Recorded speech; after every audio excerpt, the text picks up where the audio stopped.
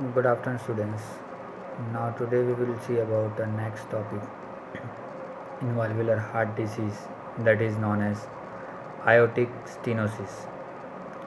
So, there is a aortic valve which is present in the left side of the heart in the left ventricle from where the blood is pushed into the aorta and it's going for a peripheral circulation or systemic circulations of the body. This valve is basically made up of three leaves, and because of uh, any problems or pathology, its orifice is become narrow and producing the stenosis from the normal circular shape. The valve is becoming a funnel shape, and this is known as aortic stenosis. So if you see the incidence, that is 2% of populations are with more than 60 years of age have this aortic stenosis, and risk are increasing with higher age. So causes for the same are, there are certain congenital causes and certain are the acquired causes. So first of all, we see the congenital causes. There will be bicuspid aortic valve is present in 1 to 2% of births.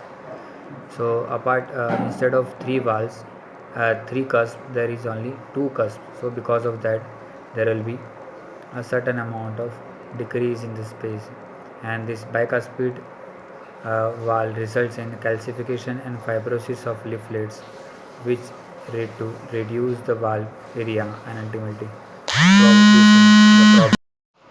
So causes is continues with the congenital as well as acquired. In case of an acquired, there will be a degenerative calcifications of the valve leaflet because of either rheumatic fever or the Paget disease of the bone and end stage of renal failure.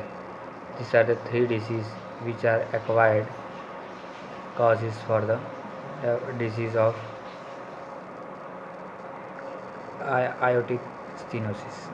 Now, if you see the etiology, it can also occur at any level of valve above the supravalvular stenosis or below the aortic valve, because its a degenerative calcification is result from over the stress of the valve during the aging process. Along with that, ischemic heart disease including increased blood pressure and lipid profiles as well as diabetes mellitus, which producing inflammatory changes occurs in the valve, which producing calcification deposits inside the valve leaflet, which leads to have immobility and reduction in the flexibility of this opening and reopening or closing of valve, which leads to development of aortic stenosis. Rheumatism is also a major factor for the fusions of this uh, valve leaflet and ultimately lead to development of aortic stenosis. Now, if you see the pathophysiology, so progressively narrowing of the aortic valve orifices because of irrespective of reasons or causes leads to develop the pressures on side of the left ventricle, and this left ventricle pressure will ultimately having certain amount of consequences, and this increase in the presence on the left ventricle is producing worsening of the left ventricular hypertrophy and reduce into the stroke volume, and obviously because of the decrease in the stroke volume there will be decrease in the cardiac output in the peripheral circulation, and along with that there will be stiff and non-compliant part of the aortic valve lead to increase in the pressure inside the ventricles and leads to increase the diastolic pressure more and more over the left side of the atrium, and ultimately it's affecting the complete systems and producing the number of clinical symptoms which are as follows. The symptoms will include about angina pectoris, dyspnea, syncope, dizziness, palpitation, in chronic cases going for heart failure and sudden death, and BP, narrow pulses, pressure in the advance is the systolic blood pressure is decreased, and systolic thrill will be felt over the aortic area in the right side in the second intercostal space. Slow rising and small volume pulse base felt at the carotid artery. These are the clinical features is developed because of pathology has affected aortic valve with stenosis. The confirmation can be done with a different amount of investigation procedure including the history and physical examination, and we found a certain changes. In investigations we will go for ECG changes, chest X-ray, cardiac catheterization and echocardiogram. So ECG will show about acquired conditions changes on the ECG leads will lead to reveal about the acquired conditions of aortic valve. In case of investigation part, apart from ECG, chest X-ray will reveal about there will be increase in the size of the heart will lead to development of cardiomegaly, which can be easily seen over the chest X-ray. Cardiac catheterization will be done to rule out the pressures in the left side of the heart, left side of atrium, and along with the chambers parameters that will confirm the diagnosis of aortic stenosis, and echocardiogram will also see about its size and exact dimensions of stenosis. Now management will be done in a part of a clinical management. The beta blocker will help to reduce the myocardial demand and improve the coronary blood flow, and loop diuretics will also help for hypervolemia.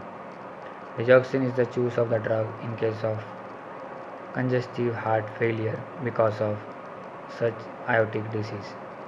In severe, avoid the drugs which reduce the afterload, that is NTG and AC inhibitors, as they may worsen the gradient pressure and causes the syncope in the patients. In case of if medical therapy or medicine therapy does not respond, the patient will go for a surgical management. Surgical management will include the neo technique is known as the balloon aortic valvoplasty. In that the valve will be balloon will be released like and how we are doing for cardiac catheterization, and the balloon will go and stick and open over the aortic valve and maintain the lumen diameter to allow the normal stroke volume and cardiac output of the left ventricle.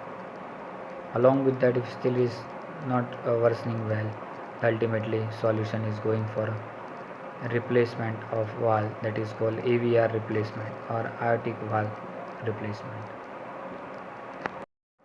In case of valve aortic valve replacement, surgical procedure will be done, and after surgery the post surgical physiotherapy will have a major role for allow the subject to gain his normal daily activity along with improving the quality of life.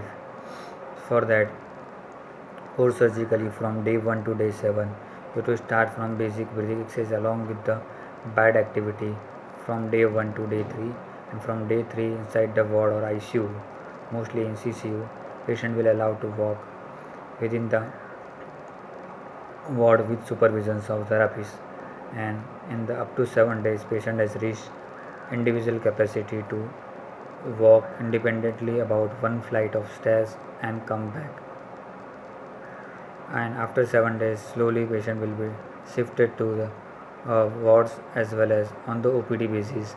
Then patient will go for certain amount of breathing aerobic capacity exercises, which will increase a frequency of 5 days per week, and initially we can start from 60 minutes and we can reach up to the 120 to 150 minutes with intensity of RPE is not more than 14, and patient has to start with all kind of free flexibility exercises.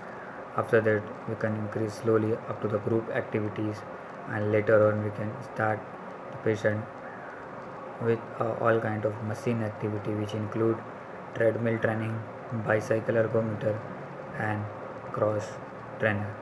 This is how A complete post cardiac rehab surgical repair management will be done as a part of physiotherapy treatment post surgically.